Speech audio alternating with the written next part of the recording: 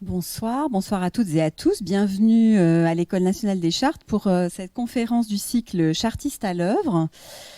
Donc un cycle, je le rappelle, qui est consacré à l'actualité éditoriale ou de recherche des chartistes et de leurs collègues aussi, partenaires de recherche. Et c'est de cela qu'il est question ce soir. On va avoir la chance d'écouter une conférence d'histoire napoléonienne, puisque le titre de cette conférence est le suivant: Vivre et subir sur les traces de la Grande Armée. Donc une conférence donnée par Vincent Eguélé et François Oudétchek, que je vais présenter brièvement. Donc Vincent Eguélé est un orateur connu du cycle de conférences de l'École des Chartes, puisqu'il est archiviste paléographe de la promotion 2006, actuellement directeur de la bibliothèque municipale de Versailles. Et on avait eu, Vincent Eguélé, le plaisir de vous accueillir sur d'autres conférences et d'autres thématiques, mais toujours en lien avec l'épopée napoléonienne. Si vous voulez les retrouver, vous faites une petite recherche sur le site de l'École des Chartes. Vous avez l'accès au résumé et ensuite au site, à notre chaîne YouTube sur laquelle vous pouvez retrouver l'ensemble de ces conférences. J'en profite pour faire une petite publicité pour notre site, notre chaîne. Donc voilà, donc on est ravis, Vincent Eguélé, de vous accueillir. Alors votre actualité éditoriale est importante, hein, c'est toujours, mais je me permets de citer un des derniers ouvrages parus. Vous avez notamment co-dirigé l'ouvrage Traître, nouvelle histoire de l'infamie. D'ailleurs, c'est un ouvrage sur lequel vous pourrez revenir, nous faire une conférence aussi. Ce sera tout à fait bienvenu. Et d'une manière globale, vous avez une bibliographie très impressionnante en histoire de l'Empire, notamment votre très belle étude chez Talandier, je la rappelle, en 2010, qui s'intitule Napoléon et Joseph Bonaparte, le pouvoir et l'ambition. Et je vais tout de suite présenter notre deuxième conférencier de ce jour. Donc, je suis très honorée d'accueillir également ce soir François Oudétchek, qui est responsable des projets spéciaux auprès de la Fondation Napoléon. Également un historien reconnu de la période napoléonienne, de l'épopée napoléonienne. Votre actualité bibliographique la plus récente, là encore, la production bibliographique est importante, donc ce sera un peu long de rappeler l'ensemble de vos publications, mais cette même année universitaire, parce qu'on est quand même encore en 23-24, en année universitaire, à la fin de l'année 2023, vous avez dirigé un ouvrage collectif intitulé Maréchaux d'Empire, La gloire pour destin, aux éditions Passé Composé, qui est une belle maison qui monte bien et qu'on aime beaucoup, parce que publie beaucoup de belles choses. Publié également une étude anthropologique des soldats de la Grande Armée qui s'intitule Vivre la Grande Armée, être soldat de Napoléon, chez un éditeur également prestigieux qui n'est autre que CNRS Éditions, donc les presses du CNRS. Alors tous deux, vous venez ce soir nous présenter donc une conférence qui évidemment s'alimente largement à votre actualité bibliographique et à votre spécialité à tous deux, historien de Napoléon, de son épopée, de la société, de l'Empire. Enfin voilà, les angles d'approche sont multiples.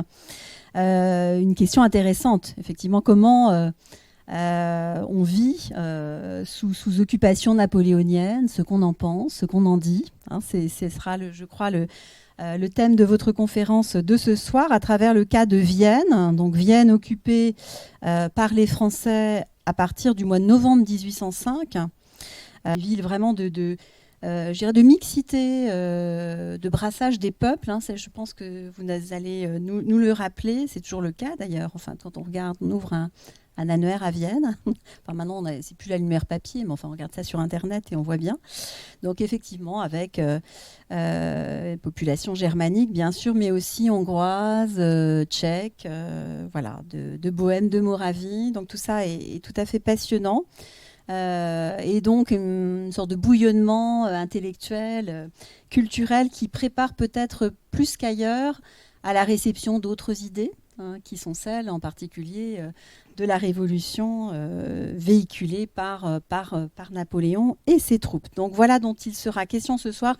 Vraiment une thématique passionnante. On a vraiment hâte de vous écouter. Le public est nombreux ce soir. Il sera encore plus nombreux à travers l'audition qui sera celle de votre conférence à tous deux sur notre chaîne YouTube. Hein. C'est vrai qu'on suit ça avec beaucoup d'attention et on constate avec plaisir que non seulement la conférence, le jour où elle est prononcée, attire du monde, ce qui nous fait toujours évidemment plaisir, mais qu'ensuite, cette réception se prolonge à travers le fait de la réécouter ou de l'écouter, tout simplement parce qu'on n'a pas eu le temps de venir le jour dit à l'École des Chartes en salle de Lille. Mais pour l'instant, nous sommes toutes et tous ici, nous en sommes ravis, et vous avez tous les deux la parole. Encore merci de nous donner donc la primeur de cette communication à l'École des Chartes ce soir.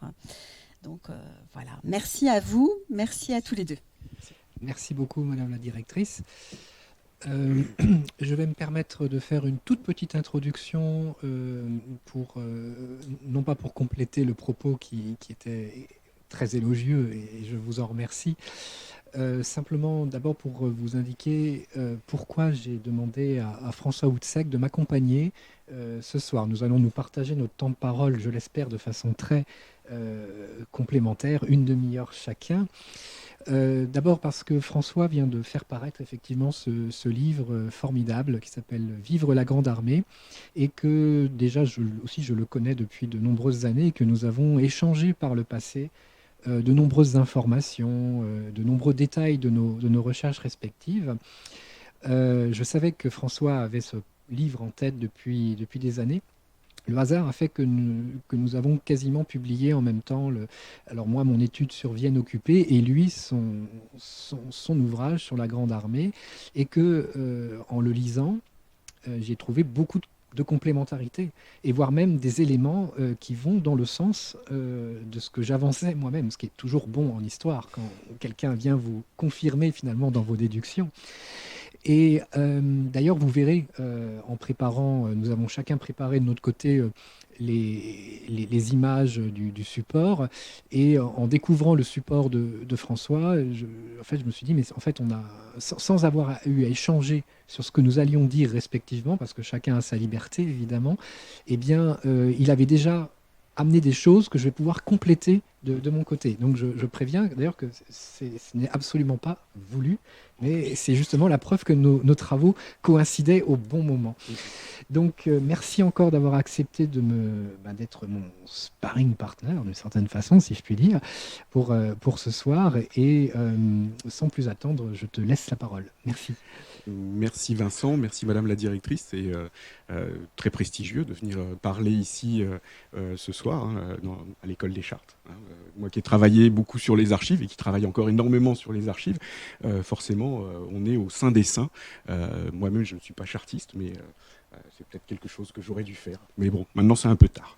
Bref, alors moi je vais revenir un petit peu en arrière avant d'arriver à Vienne réellement, parce qu'en fait je vais surtout vous parler, je vais vous parler en partie de la campagne, mais surtout du ressenti des soldats, comment est-ce que les soldats font campagne, bien sûr, et puis les interactions qu'il peut y avoir avec les civils pendant toute cette campagne, que ce soit d'ailleurs les civils en territoire impérial ou en territoire conquis, etc. Donc vous allez voir, effectivement, on va se compléter, puisque en lisant le livre de Vincent, effectivement, j'ai retrouvé des choses que moi-même j'avais notées, notamment sur toute cette relation. La guerre est une relation, c'est une relation entre États, une relation entre les stratèges, une relation mais également entre les combattants, et également une relation entre civils et militaires.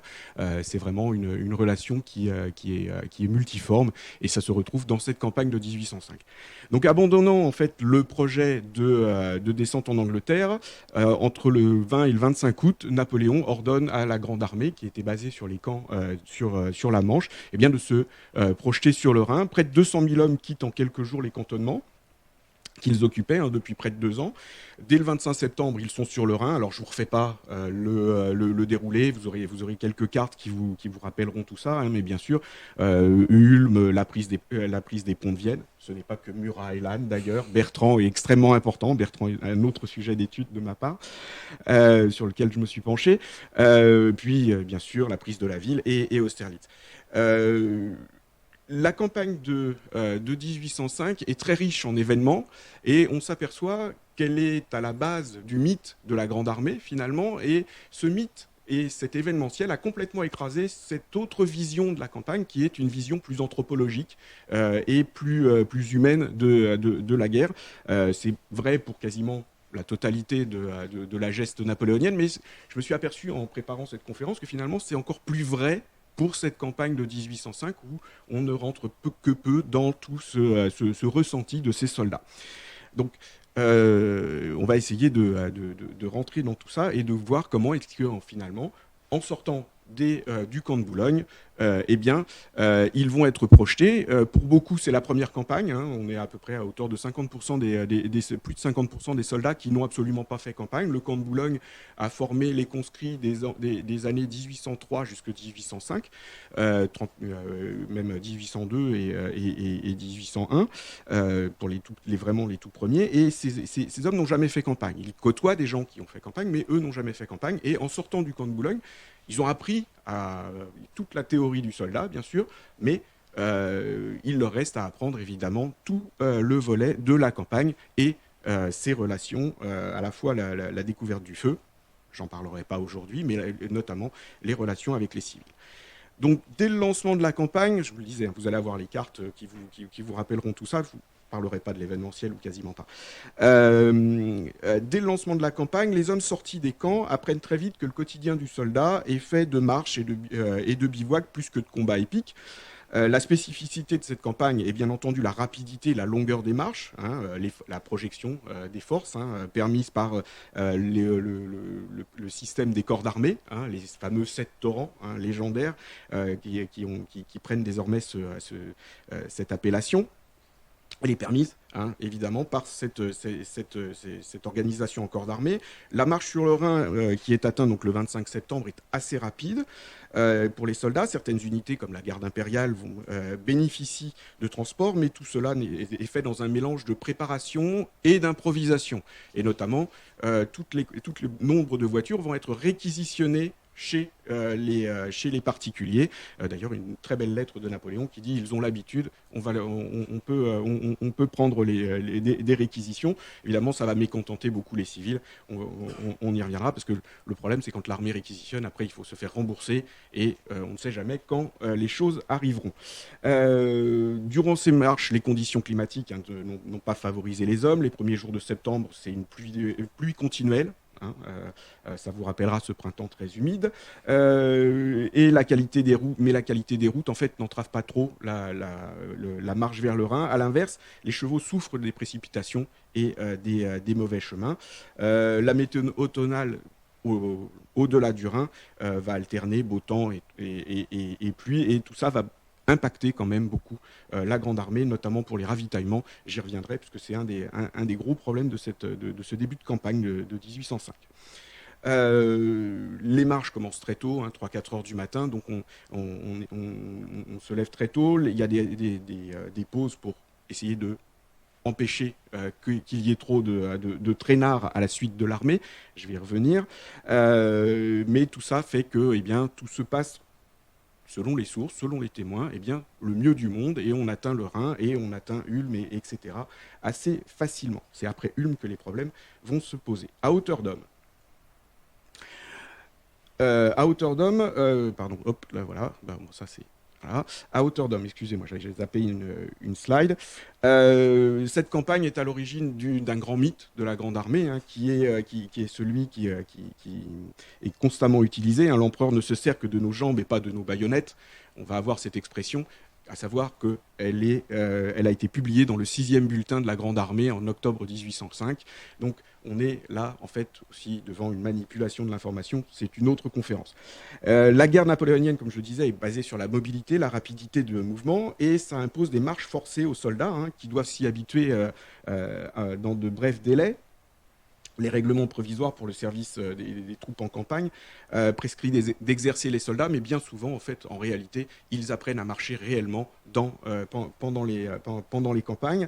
Bien sûr, beaucoup ont l'habitude de ces marches, de ces exercices physiques, mais c'est vrai qu'ils apprennent à marcher, notamment avec un équipement que tous les témoins disent n'est pas adapté aux efforts physiques qui sont demandés. Les basques sont trop longues, les culottes coupent la circulation du sang au niveau du genou, il y a trop de boutons pour... voilà.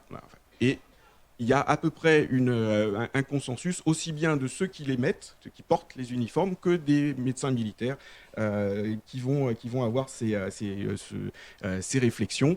Vous avez, je vous ai mis d'ailleurs l'infographie de Vincent qui détaille bien tout ça, je ne reviens pas dessus, mais ça fait en gros, le soldat porte entre 25 et 30 kilos dans un havresac qui n'est absolument pas fait pour porter tout ça et qui lacère les épaules.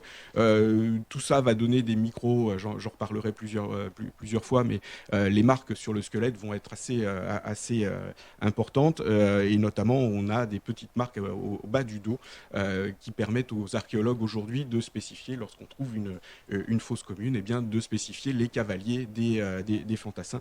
Vous verrez, il y a d'autres marques, j'en reparlerai, il y a une jolie photo tout à l'heure. Les fatigues extrêmes, les conditions de vie sont la cause d'une forte érosion durant les marches.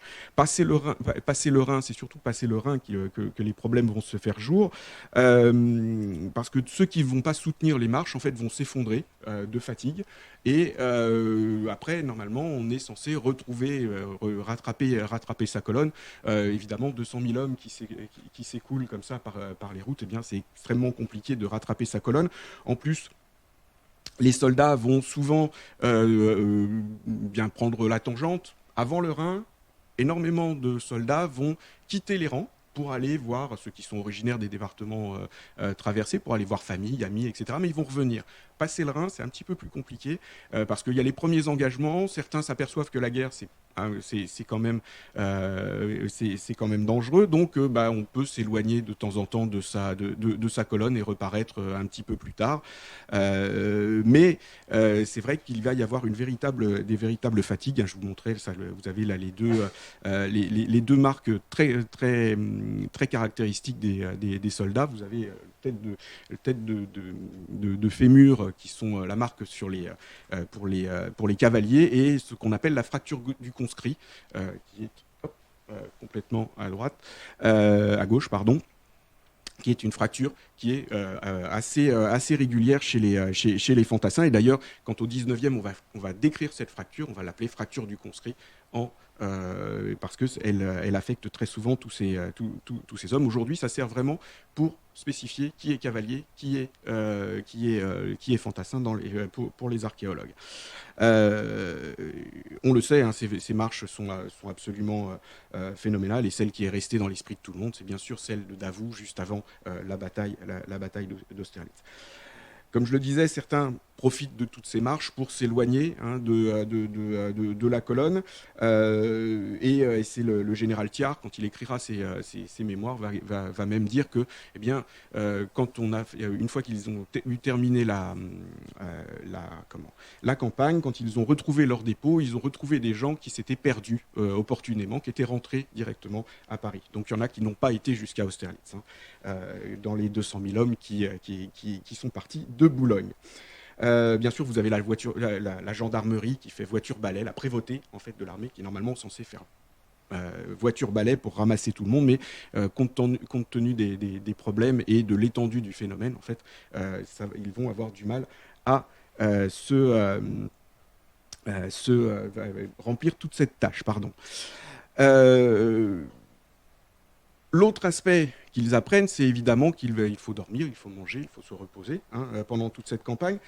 En territoire impérial, tout est relativement bien préparé. Les étapes sont préparées avec une forme de consensus avec les autorités locales. Il y a les fourriers qui partent en amont des colonnes, mais évidemment, encore une fois, tout ça se fait un peu dans l'improvisation. Les étapes n'étaient pas totalement préparées, et donc les civils vont un peu maugréer contre cette armée qui passe très très vite. Néanmoins, les Français hébergent quand même évidemment les soldats de passage dont ils voient en fait un fils ou un cousin qui est parti lui-même à l'armée, donc ils l'hébergent sans aucun problème. En Allemagne, évidemment, et là on va commencer à parler un tout petit peu de ces relations avec les civils de l'autre côté du Rhin, eh bien la contrainte, la peur des représailles pèse sur les autres. Et automatiquement, on va accueillir les gens de manière un petit peu plus contrainte. Les épistoliers disent quand même que, eh bien, on est relativement bien accueillis quand on a la chance d'être logé, parce que généralement, en fait, justement, cette contrainte fait que les hôtes, eh bien, accueillent bien les soldats. Évidemment, la campagne n'est pas faite que de logements chez l'habitant. Les officiers s'arrangent toujours pour vivre tranquille, pour se trouver des logements en dur. En revanche, le soldat... pardon, excusez-moi. J'ai fait une petite interversion. Donc en campagne, hop, on va faire ça tout de suite. La majeure partie du temps, les soldats vivent à la Belle Étoile, dans des bivouacs. Qui est établi par le général. Alors, petite spécificité de l'armée française, moi je pense que c'est une spécificité de l'armée française, quand on s'arrête, on campe dans la position dans laquelle on va combattre. C'est aussi la formation psychologique du soldat qui dort et qui vit dans la position dans laquelle il combattra, puisqu'on organise la station exactement comme on sera déployé sur le champ de bataille. C'est une chose qui est assez ancienne, qui vient de l'Antiquité. Donc, on s'endort dans la position dans laquelle on combat, avec l'uniforme avec lequel on a voyagé pendant toute la période. Évidemment, énormément de maladies de peau, notamment la gale, fait son apparition pendant toutes les guerres de la Révolution. Le typhus aussi, il n'apparaîtra pas en 1812-1813 comme un claquement de doigts, mais on a déjà les premières épidémies de typhus qui sont liées au pouls. Ça, on le saura un petit peu plus tard. Avant de dormir, c'était là où je me suis trompé, il faut se ravitailler. Techniquement, alors la logistique est une science récente, puisqu'elle naît sous la Révolution et l'Empire. Elle naît avec justement cette projection des forces. Et on dit souvent que Napoléon n'a pas su faire évoluer son système de guerre. En fait, il y a plusieurs choses qui l'a fait évoluer, et notamment cette logistique, puisque la logistique va progresser tout au long tout au long des campagnes. 1805, c'est un peu un crash test. Et un crash test qui va assez mal se passer, puisque justement, les choses vont avoir du mal à arriver jusqu'aux soldats. Et donc, cette logistique, vous avez la ration qui est théorique, que vous avez là à l'écran. Normalement, vous avez des magasins qui se mettent en place, etc. Et tout ça est parfaitement théorique, et notamment pendant la campagne de 1805, on va avoir du mal à ravitailler réellement le soldat. Et c'est pour ça aussi qu'on va de ville en ville, on prend les villes aussi pour faire des centres de ravitaillement, tout simplement. Donc, automatiquement, si cette logistique est défaillante, le soldat va notamment se ravitailler par lui-même et faire organiser des réquisitions directement chez l'habitant. Et c'est là où, évidemment, les interactions sont les plus problématiques. Je vois que le temps file. Le temps file. Parce que, évidemment, c'est à ce moment-là que les interactions avec les civils sont les plus problématiques, parce que, eh bien, lorsque le paysan ou l'habitant renacle et refuse qu'on emporte ses biens, eh bien, il est violenté. Et ça va être assez régulier. Parce que dans ces histoires de maraude, le premier arrivé est le premier servi. Il y a même des problèmes parfois de hiérarchie. dans ces moments. Et puis, de la maraude par nécessité, pour se nourrir, eh bien, certains n'hésitent pas à franchir le pas pour passer au pillage. Et ça va se faire vraiment entre Ulm et Vienne. Là, on va avoir des vrais problèmes. Et c'est Gonneville qui dit que son régiment en 1805, sa compagnie d'élite de 1805, eh bien, est peuplée de soldats qui ont fait les guerres de la Révolution, qui ont l'habitude de la vie en campagne et qui sont très loin, mais très loin d'être des gentlemen. Et même il rentre un peu dans les détails, on verra d'autres aspects, mais c'est vrai que cet aspect de la vie du soldat est souvent passé sous silence, et notamment pendant la campagne de 1805, on en parle très très peu. Ségur en parle, Barès en parle, puisque Barès va connaître sa première campagne en 1805, et lui va très mal vivre justement de voir ce village complètement, c'est un village de Bavière, et il va décrire le village de Bavière qui se fait piller, et on récupère tout, parce que tout ce qu'on n'a pas au bivouac, on va le chercher chez le paysan, y compris, parce qu'il n'y a pas de tente dans les bivouacs, il n'y a plus de tentes parce que Napoléon ne les trouve pas saines, parce qu'on sacrifie les tentes pour la mobilité de l'armée, parce que, etc. etc. Et donc tout ce qu'on n'a plus, on le récupère chez l'habitant, même la marmite, parce que la marmite, c'est pas pratique à porter. Donc résultat, le premier truc qu'on récupère, c'est les instruments de cuisine. Alors souvent, les mémorialistes, après coup, vont dire ah oui, c'est pas bien, dans leur mémoire, vont dire qu'ils l'ont fait parce qu'ils étaient contraints de le faire, etc. Mais c'est vrai que sur le coup, en fait, beaucoup, par nécessité, réellement, ont participé à ces exactions. Alors Napoléon est peu favorable à ce genre de pratiques, mais il dit quand même que la fin, et notamment pour 1805, il le dit, c'est Ségur qui rapporte ses propos, la fin justifie les moyens et que les pillards sont un mal inévitable et un résultat nécessaire des marches forcées. Donc voilà, il y a une forme de tolérance. Après Linz, justement, il va prendre des mesures pour essayer de faire rentrer dans le rang nombre de soldats. On sait aussi qu'il va y avoir des exemples. Vandamme, par exemple, à Hens, en octobre 1805, fait fusiller un traînard. On sait également que la prévôté, j'en reviens à elle, met en place des tribunaux. On sait aussi que tout ça, faute de plaignants, faute de preuves, eh bien souvent la justice militaire est extrêmement laxiste.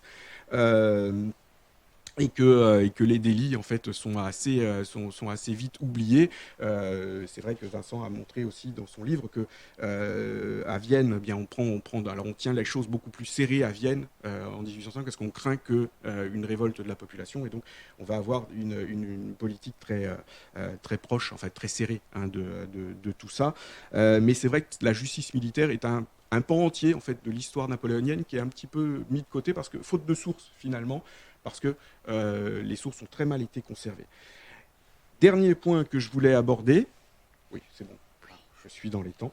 Dernier point que je voulais aborder, c'est, avant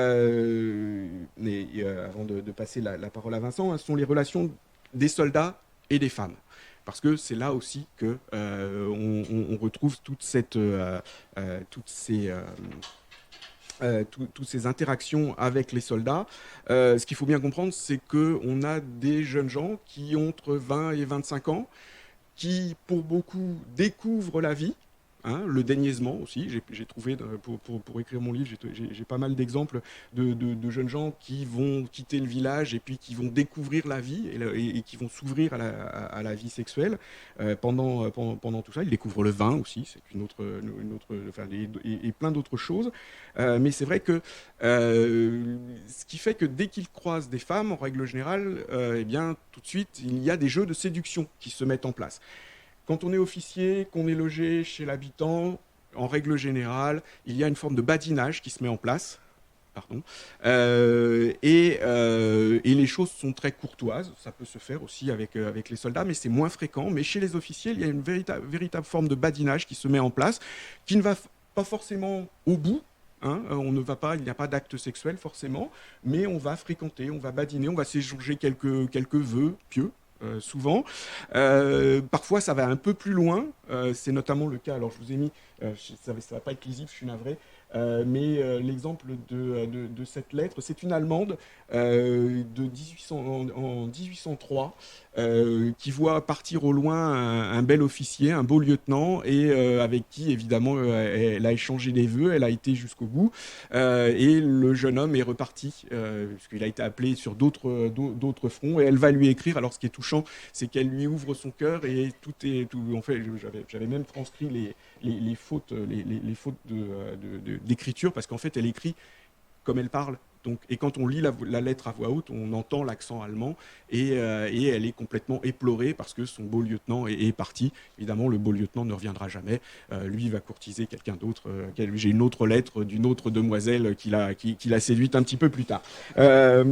Parce que, évidemment, dans leur mémoire, après, ils vont très souvent s'ouvrir comme ça sur toutes leurs conquêtes, et ils vont parler de leur bonne fortune en Italie, en Autriche, en Espagne ou ailleurs, parce que, évidemment, pour les femmes, si on se place du côté des femmes, avoir un lieutenant ou un capitaine, avoir un officier à demeure, c'est une forme de protection, justement une protection contre la soldatesque qui a des mœurs, des fois, souvent plus rudes, et donc tout le problème de ces femmes, c'est de trouver quelqu'un à qui elles peuvent faire confiance, et les officiers ont souvent ce rôle, et à plusieurs reprises, il y a des mésaventures qui sont évitées à cause de tout ça. Tout ça va faire naître aussi des enfants. En Hanovre, j'ai trouvé très récemment une source que j'avais pas dans le livre, mais qui dit que quand la Grande Armée est partie en 1804, eh bien, il y avait trop d'enfants français. La publication de 1806, il y avait tellement d'enfants français qu'on ne savait plus quoi en faire.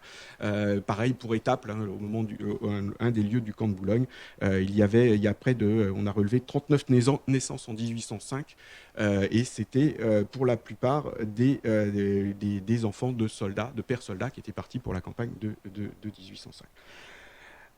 Donc je vous le dis, ça dépasse aussi les clivages nationaux, et souvent les femmes et les hommes d'ailleurs s'autorisent des choses que ils ne se seraient pas autorisés en temps de guerre, parce que on a tout ça, on a cette problématique. L'autre, la compagne classique et récurrente du soldat, c'est évidemment la prostituée. D'ailleurs, quand ils rentrent à Vienne, à Munich ou ailleurs, la première chose qu'ils font, c'est essayer de voir où sont les bons quartiers. Alors c'est vrai que j'aurais pu t'interroger là-dessus, mais je n'ai que donc. Comme ça, on va se compléter. C'est vrai qu'en 1809, Cadet de Gassicourt dit que c'est sur le Prater et sur les grandes avenues que sont ces prostituées. Et il y a Fontaine des Odoirs qui dit qu'elles sont tout aussi dignes que les dames à grande parure. Et oui, certains vont aussi avoir un petit mercurial comme ça de ces fréquentations. Évidemment, ces femmes sont là pour contenter le soldat. Elles trouvent aussi leur intérêt, puisque c'est une clientèle nombreuse, insatiable, on va dire, pas très riche, mais au moins qui assure un vrai revenu. À défaut, le problème, c'est aussi qu'il y a la Grande Armée est vectrice de maladies, et les maladies vénériennes vont se répandre comme ça au fur et à mesure en Europe. Et en 1809, par exemple, les maladies syphilitiques à Vienne aussi étaient assez rares, disent les sources, avant l'arrivée des Français, mais après, les choses vont être complètement différentes.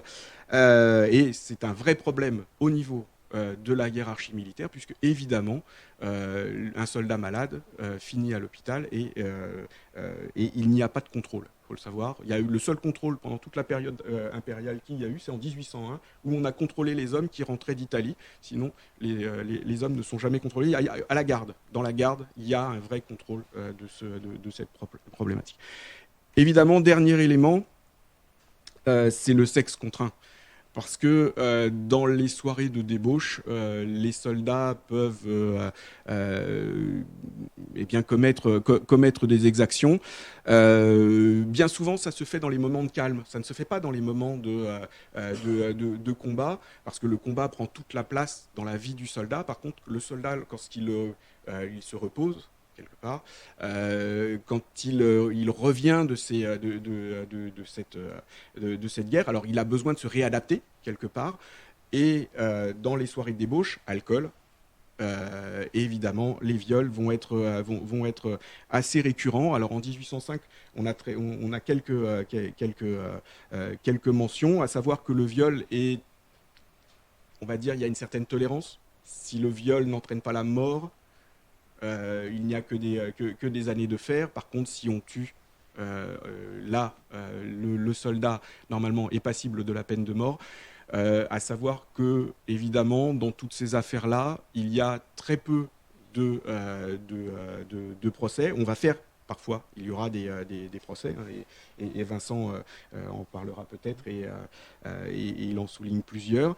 Mais c'est extrêmement peu par rapport au nombre d'affaires. J'avais trouvé... alors, pour 1805, malheureusement, les sources de la justice militaire sont vraiment lacunaires au service historique de la défense. Mais pour 1809, hein, sur plus d'une quarantaine de jugements, vous n'avez que 2 condamnations. Voilà, parce qu'en fait, on manque de plaignants, on manque de preuves, etc. On manque de soldats aussi. Donc, il y a une vraie permissivité et la hiérarchie, en fait, laisse malheureusement passer tout ça. Et pour la hiérarchie, en fait, les viols de guerre sont les malheurs de la guerre, comme on disait à l'époque. Donc, on le voit par ce bref exposé, hein, je reviens à ce que je disais au début. Tout ça est une relation entre les dirigeants, entre les soldats, entre les civils, et tout ça amène à une occupation, puisque c'est pendant les occupations que les relations avec les civils sont les plus importantes. Et vivre avec la grande armée sur le dos, c'était pas non plus très, très facile. Non, personne ne le souhaite, en fait. Merci François. Donc je te demanderai si tu veux bien passer. Voilà. Donc nous arrivons effectivement à Vienne le 13 novembre 1805, lorsque les troupes françaises finissent par entrer dans la ville. Elles ne sont pas entrées tout de suite. Il y a eu un petit délai qui a été accordé notamment à l'empereur François, à la cour, les services administratifs, pour quitter la ville dans de bonnes conditions. Il y avait eu un marché, hein, Vienne devenait ville ouverte, il n'y aurait pas de siège. Et donc Murat avait accepté c'est lui qui commandait la réserve de cavalerie qui en fait s'était transformée en avant-garde, hein, d'une certaine façon. Donc Murat avait accepté de différer l'entrée des troupes pour qu'il n'y ait pas de problème. À une exception près, il avait oublié un certain nombre de cadets de l'armée autrichienne qui sont restés dans leur quartier pendant l'occupation française. On les a découverts un peu plus tard. Ils avaient encore leurs armes et tout. Et donc, bon, c'est passé à travers pertes et profits. Ils n'ont pas fait parler d'eux, en fait, à ce moment-là. Et donc, en effet, la première priorité des Français, c'est de se rendre maître des ponts qui franchissent le Danube, parce que, comme vous pouvez voir, Vienne est dans une situation défensive assez intéressante, mais aussi offensive pour permettre à l'armée de Napoléon de continuer sa campagne vers la Bohême. Il y a le fleuve Danube qui constitue en fait une véritable défense naturelle, et il y a très peu de ponts pour la franchir. Et d'ailleurs, l'une des causes de la défaite de Napoléon en 1809 on dit demi-défaite à Essling, est justement la maîtrise, le défaut de maîtrise des voies de communication par-dessus le Danube. Mais en 1805, grâce à un petit stratagème, un peu d'intox et de guerre psychologique menée effectivement par Murat, Lannes et, merci de le rappeler, le général Bertrand, ils réussissent à s'emparer des ponts, en tenant compte justement de la fameuse discipline autrichienne. C'est-à-dire que les soldats autrichiens, eux, voulaient faire sauter les ponts le plus vite possible. Leurs officiers tergiversaient, et quand justement Lannes a vu que les soldats commençaient à donner des signes d'impatience, ils ont rappelé à l'ordre les officiers autrichiens en disant « c'est ainsi que se déroule c'est ainsi que vous concevez la discipline ». Alors, très, très vexés, les Autrichiens ont fait rentrer leurs soldats dans le rang, et les ponts sont restés intacts. Heureusement d'ailleurs. Heureusement que les ponts sont restés intacts, parce que la ville, si tu veux bien passer à la suivante, voilà, la ville de Vienne à cette époque-là, c'est quand même une ville de pratiquement 200 000 habitants qu'il faut nourrir. On est en plein hiver. Et donc, évidemment, le ravitaillement vient principalement de Hongrie, de Serbie et un peu de Bohême. Sauf qu'on a besoin des transports fluviaux, on a besoin des voies de communication pour pouvoir continuer nourrir cette ville très importante. C'est pour ça aussi qu'on l'a déclarée ville ouverte, parce qu'elle n'était pas en mesure de soutenir un siège en règle, parce que les entrepôts n'étaient pas même dans la ville. La plupart des entrepôts de ravitaillement se trouvent en dehors. Vienne a certes encore une partie de ses remparts à cette époque-là, mais ne s'en sert plus, comme bon nombre d'ailleurs de villes capitales d'Europe qui commencent d'ailleurs même à en détruire une partie pour pouvoir croître. Et donc, si tu veux bien passer à la suivante, donc en fait, Vienne, elle, s'est développée avec de nombreux faubourgs. Nous allons en découvrir certains. Donc, il va y avoir effectivement une transmission des pouvoirs qui va être effectuée de façon assez paisible entre l'empereur François II, ses services, et les services français. D'abord parce que Vienne n'est finalement qu'une étape de la Grande Armée, et Napoléon n'a pas non plus le projet de renverser les Habsbourg. Ça, c'est ce qui le diffère de beaucoup de campagnes précédentes ou de campagnes suivantes. Il n'y a pas de projet politique dans cette campagne.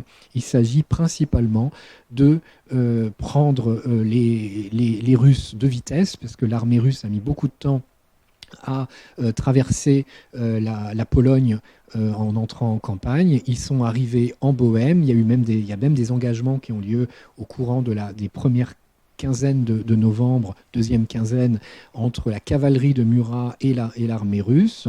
Engagement assez sanglant d'ailleurs. Et donc Vienne, on le comprend, c'est finalement un sacré caillou dans la chaussure de Napoléon, parce qu'il va falloir distraire des troupes. François vient de rappeler que la Grande Armée, elle ne s'est pas mise en route d'un seul coup, qu'il y a des traînards, qu'il y a toutes sortes de choses. Donc il va falloir quand même distraire quelques milliers de soldats pour conserver la maîtrise d'une ville, et d'une ville qui commence à avoir une classe ouvrière assez importante, donc des classes dites dangereuses. Et ces classes dangereuses vont être les premières, bien sûr, à souffrir de la faim, du chômage, et bien sûr sont susceptibles de se révolter à tout instant. Sauf que, bien sûr, les élites autrichiennes ne veulent pas non plus d'une révolution austro-autrichienne. Et il y a eu des précédents. Ça, on ne le sait finalement assez peu, parce que les historiens français ont peu étudié, pour être honnête, les phénomènes sociaux et économiques qui se sont déroulés en Autriche avant que la campagne commence. Il y a eu des mouvements d'humeur dans les environs de Vienne, notamment des émeutes, on va dire, sociales, avant même que la guerre ne commence. Et on a même fait incroyable, on a un archiduc, l'un des frères de François II, l'archiduc Jean, qui est hué par la population, qui se rappelle que c'est lui qui a perdu la bataille de Hohenlinden en 1800, et qu'on ne lui fait pas confiance justement quand il va chercher à rejoindre son commandement dans le Tyrol. Donc on voit qu'il y a déjà une certaine défiance, et on se méfie évidemment de ce qui peut advenir si jamais les Français n'arrivaient pas à contrôler la population, notamment des faubourgs de Vienne. Donc, l'empereur François va laisser sur place un conseil de régence qui est composé notamment du maire, du bourgmestre de Vienne, d'un certain nombre de conseillers qui ont fait le choix de rester. Il y a eu une émigration massive, une fuite massive des élites dans les premiers jours de novembre, mais certains ont quand même décidé de rester. On a des représentants du clergé, on a des représentants, bien entendu, des professions intermédiaires, on va dire haute profession, c'est-à-dire principalement des conseillers économiques qui ont des liens avec les banquiers. Et puis, on a un commissaire de cour qui est nommé, qui s'appelle le comte Rudolf von Wrebna. Et donc, voici l'une de ses premières... non, c'est pas une de ses premières d'ailleurs. Elle est datée de janvier 1806. C'est une de ses proclamation à la population. Le comte von Wrebna, qui est lui aussi d'origine effectivement tchèque, est un conseiller de cour. Mais ce n'est pas non plus un ministre. Il n'a pas rang de ministre. Et d'ailleurs, Napoléon va un peu s'en moquer, va l'humilier, voire l'humilier, en faisant remarquer que finalement François ne lui avait pas laissé quelqu'un d'extrêmement prestigieux pour gérer les affaires viennoises. Wrebna va être assez vexé et il va se venger en réussissant quelques mauvais coups qui peuvent être apparentés à de la résistance finalement. On peut dire que là, Napoléon a peut-être perdu une occasion de se taire à un moment donné. Mais comme le disait très bien d'ailleurs le comte Zinzendorf, dont le journal est une véritable source d'informations crucial pour ces quelques semaines d'occupation. En parlant de Napoléon, cet homme parle trop. C'est ce qu'il a écrit dans son journal. Mais donc, Wrebna, d'abord, c'est un scientifique, c'est un passionné de minéralogie. On lui doit notamment des recherches sur les schistes de Hongrie, sur le ronitz rouge notamment. Donc, on comprend aussi que c'est quelqu'un qui n'a pas nécessairement la fibre extrêmement politique. Et ça, c'est encore un bon coup de François II d'avoir nommé quelqu'un qui fait l'unanimité autour de lui. Parce que personne n'en veut à Wrebna. Alors que la cour de Vienne, c'est l'un des pires paniers de crabes qui puissent exister, notamment à l'époque les mois qui précèdent la guerre. François, finalement, c'est là aussi des grandes surprises finalement de mes études, c'est d'avoir découvert le personnage historique qui était François d'Autriche, la plupart du temps on écarte justement au profit de Napoléon. François II a extrêmement bien manœuvré en nommant cette personne-là, à tel point que Wrebna, à un moment donné, devient très populaire dans les classes, différentes classes de Vienne, qu'on parle de lui comme d'un futur ministre des Finances, voire même davantage, et que François II est obligé de dire non, on va lui donner une décoration et ça s'arrêtera là. Parce qu'il ne veut pas que quelqu'un devienne évidemment plus populaire que l'empereur. Donc, Wrebna met en place effectivement un certain nombre de canaux d'information aussi avec l'empereur. Alors voilà comment se présente effectivement leur façon de correspondre. Il va envoyer quasiment 1 à 2 rapports par jour pendant toute l'occupation. Et Dieu merci, ces rapports nous ont été tous conservés aux archives d'État d'Autriche à Vienne. Et j'ai pu en consulter la totalité. Et ce qui est très intéressant, c'est que la plupart de ces rapports sont annotés par l'empereur lui-même. Vous avez ici la signature de François d'Autriche qui, la plupart du temps d'ailleurs, va dans le sens des préconisations que lui fait Wrebna en matière notamment de ravitaillement économique, parce que là aussi l'empereur a été assez prévoyant. Il n'a pas emmené toutes les caisses par exemple avec lui au moment de quitter Vienne. Il a laissé sur place 2 caisses pour pouvoir payer les dépenses que l'armée française va justement occasionner. Il n'est pas question finalement de dire aux Français débrouillez-vous, parce que s'ils le font, ils vont aller tout simplement se servir chez les personnes. Et là, il va y avoir effectivement un problème de maintien de l'ordre évident. Et donc, évidemment, là aussi, évidemment, les Viennois ne sont pas fous de joie à l'idée de recevoir les Français chez eux.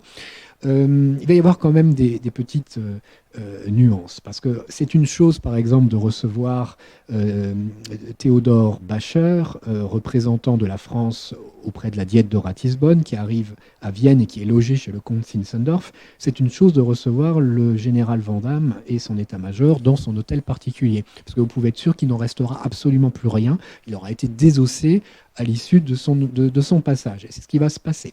Donc en fait, c'est un peu la loterie, on ne sait pas sur qui on va tomber, on ne sait pas sur qui on va loger, et ce n'est pas pour autant que justement les officiers parfois, en effet, peuvent jouer un rôle.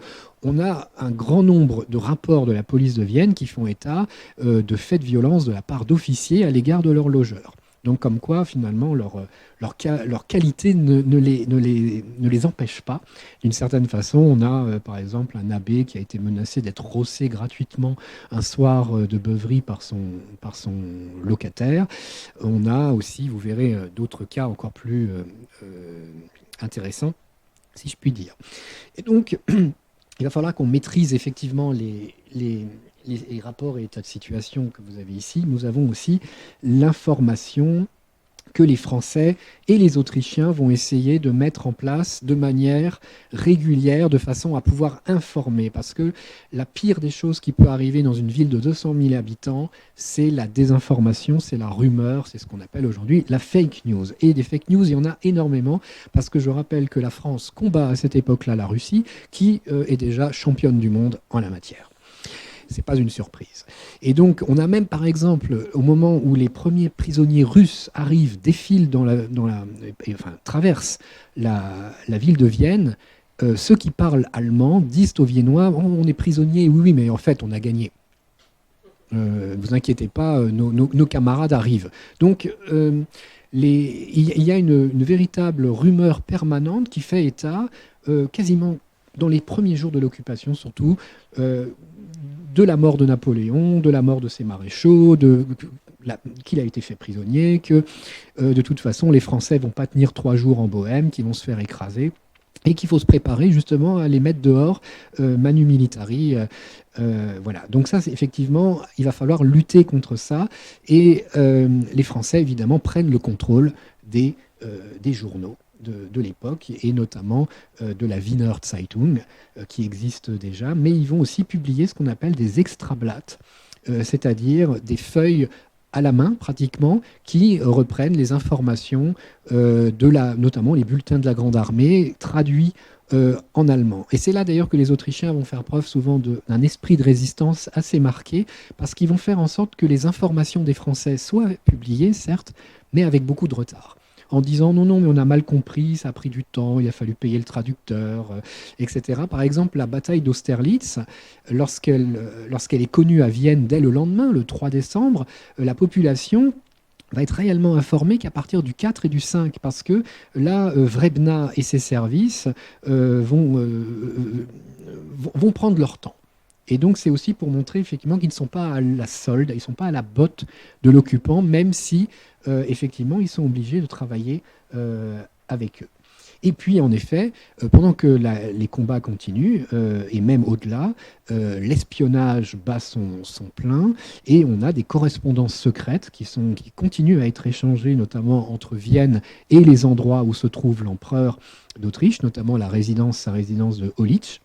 Et là, surprise, découverte dans les cartons viennois d'une lettre écrite d'ailleurs en français à l'encre bleue, superposée à un rapport, vous savez, les fameux rapports dont je vous parlais, que Wrebna envoie, qui a probablement lui été renvoyé avec cette encre qui devait, à mon avis, être légèrement, c'était probablement une encre révélateur d'une certaine façon. Et là, on apprend que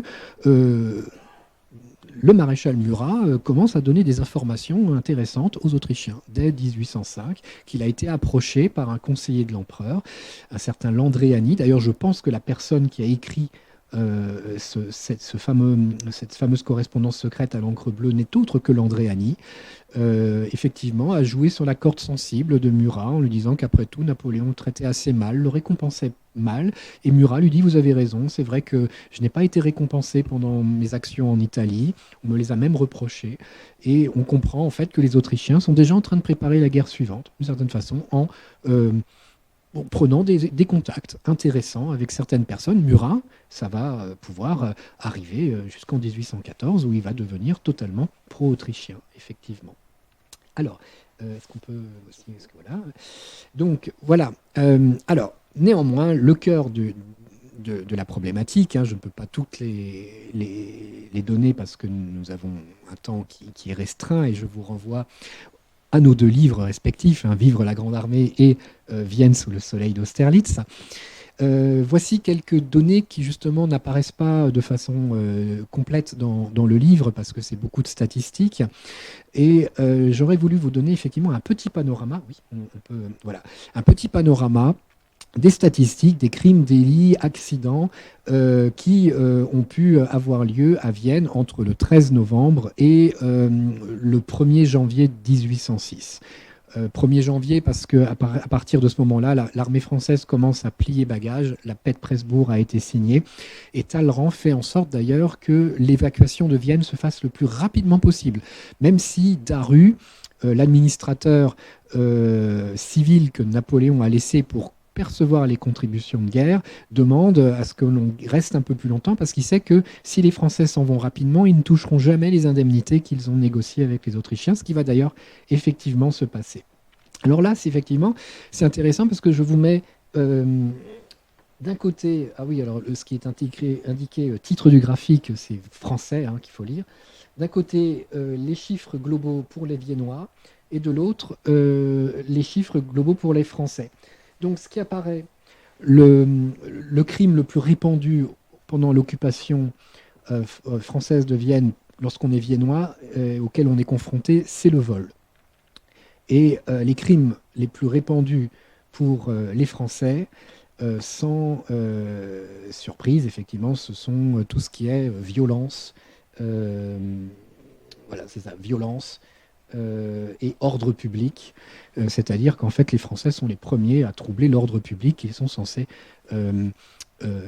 défendre. Alors, c'est ceci, donc, j'ai pas inventé ces chiffres. J'ai réussi à... On peut aller à la suivante. Voilà. Par contre, dès qu'on met aussi des courbes, c'est intéressant pour voir quelles sont les progressions de ces crimes. On voit aussi que il y a un affaissement de la courbe. On a beaucoup de chiffres au début de l'occupation parce que les réflexes ne sont pas là. On n'a pas commencé à travailler avec la police viennoise. Il y a des personnes qui en profitent. Et puis après Austerlitz, on voit aussi une lente remontée de certains faits, notamment les vols, la prostitution. Alors ça, c'est très important, effectivement, à partir de ce moment-là. À cause finalement aussi de la misère qui commence à devenir importante à Vienne. Les réserves s'épuisent, le ravitaillement ne vient pas parce que l'archiduc Charles arrête les convois de bétail en Hongrie, refuse de les envoyer jusqu'à Vienne parce qu'il a des comptes à régler avec son frère, l'empereur François. Et puis, effectivement, on voit que du côté français, les choses se calment un peu. Après le 3 décembre, parce qu'ils ont gagné finalement. Mais c'est plutôt du côté viennois que les courbes remontent. Alors, est-ce qu'on peut passer aussi à la suivante? Voilà. Donc, là, ce sont les faits imputables aux Français. Donc, précédemment, c'était les Viennois. Donc, vous voyez qu'effectivement, on a une amorce de descente globale, à l'exception de l'ordre public, malgré tout. Mais comme vous le verrez, l'ordre public est surtout concerné, voilà, arrondissement par arrondissement. Donc là, vous avez en principe l'arrondissement de Wimmerviertel, qui se trouve dans le centre de Vienne. Et effectivement, les faits les plus importants concernent essentiellement le vol, un peu l'ordre public quand même. Et puis donc, pour vous rendre ceci un peu plus vivant, j'ai isolé quelques affaires à chaque fois par arrondissement, des affaires marquantes qui vous permettent finalement de comprendre le quotidien. Wimmerviertel, c'est un arrondissement du centre de Vienne qui peut pas être considéré comme le plus bourgeois de tous. On est vers le Danube, justement, on va vers le Prater. On est plutôt dans la bourgeoisie moyenne, on va dire. Et notamment, on est confronté au problème du logement, et notamment des logements des officiers. Alors, par exemple, on a le témoignage, le 24 décembre 1805, de la famille Marinelli, qui loge au numéro 660 de Wimmerviertel, qui se plaint de l'officier français qu'ils doivent loger chez eux, qui est là, bien sûr, avec son domestique, et qui leur coûte 15 florins par jour. Un florin, pour mémoire, ça vaut à peu près 2 francs de l'époque. En plus, on est dans un cadre inflationnel extrêmement fort, donc en fait, 2 francs or, voire légèrement plus. On voit que c'est une dépense colossal en réalité pour eux. Et puis cet officier a pris l'habitude d'inviter d'autres officiers à dîner parce qu'apparemment la table est bonne chez les Marinelli. Et scandale supplémentaire, il a également convié en permanence 5 filles publiques. Donc qui, on l'imagine, cause beaucoup de scandales dans cette brave famille qui ne s'attendait pas à finalement être transformée en lupanar. Arrondissement suivant. Donc là, nous avons Kärtner-Viertel. Donc là, c'est l'arrondissement qui se trouve du côté de la cathédrale notamment Saint-Étienne, qui est bordé par le Grand Marché. Et effectivement, là, c'est un secteur assez calme. Parmi les faits les plus probants qu'on ait pu trouver, le 2 décembre, une crise de folie dans une église par un marchand qui a perdu la raison pendant ses dévotions. Donc, en fait, effectivement, les marchands sont une classe qui souffre beaucoup, notamment en période de guerre, surtout à Vienne, où on est dans un centre d'import-export très important. C'est une grande partie du transit de l'Europe de l'Est qui s'effectue à Vienne. Donc, on comprend que ce malheureux marchand ait perdu la raison le jour même d'Austerlitz. Ensuite, on passe à Schottenviertel. Alors là aussi, là, c'est les vols principalement qui posent problème, mais on a aussi des cas de prostitution qui se développent de plus en plus, et donc notamment la découverte d'un bordel clandestin le 26 novembre. La garde bourgeoise autrichienne intervient, elle arrête un hussard français qui, pour se défendre, avait tiré le sabre, mais sans blesser quelqu'un. On imagine que le hussard devait être fort peu vêtu lorsqu'il a été appréhendé. Et donc, en réalité, cet événement contraint le gouverneur militaire de Vienne, le général Hulin, à prendre une mesure très forte qui fait grincer beaucoup de dents chez les cafetiers. C'est la fermeture obligatoire des auberges et cafés à partir de 11 h du soir. Parce qu'en fait, évidemment, comme dans toute occupation et comme dans toute économie de guerre, eh bien, vous avez des profiteurs. Et parmi les grands vainqueurs, si l'on peut dire, de l'occupation de Vienne, vous avez les patrons d'auberges. Et d'ailleurs, nous avons, pour Josefstadt, nous verrons un peu plus tard, un patron qui refuse d'ailleurs ces ordres. Mais on va aller d'abord à Stubenviertel, qui est de loin le plus bourgeois des arrondissements de Vienne, où il se passe quasiment très peu de choses, finalement. Si je ne me trompe pas. Oui, parce qu'il faut se méfier des histogrammes. Là, on est sur des volumes extrêmement faibles. 1, 2 maximum, donc sur une période aussi longue. Par contre, on a un meurtre. Effectivement, on a Franz Zeschel, garçon batelier, qui est assassiné, je crois, à coups de hache par un de ses compagnons, Ignaz Xangler. Alors ça, dans ces cas-là, évidemment, c'est la justice autrichienne qui s'en occupe. À Josefstadt, maintenant, nous arrivons dans les faubourgs, et là, les chiffres ne sont pas les mêmes. Effectivement, c'est dans les faubourgs que se déroule le plus d'événements. Là, nous avons effectivement un cas d'aubergiste, l'aubergiste Kettel, qui refuse de fermer son établissement alors qu'il est 2 h du matin, et qui, même pour couronner le tout, insulte la garde bourgeoise autrichienne. Donc on voit très bien que c'est un Autrichien qui finalement refuse d'obéir à ses propres compatriotes, tout simplement parce qu'il fait des bonnes affaires avec les Français. Et souvent, d'ailleurs, on a des cas de soldats français qui encouragent les patrons autrichiens à dire du mal de l'empereur d'Autriche, et aussi à se rebeller si on leur fait fermer la garde. Et donc, souvent, ce que la garde viennoise est obligée de faire, c'est de demander secours à la garnison française la plus proche.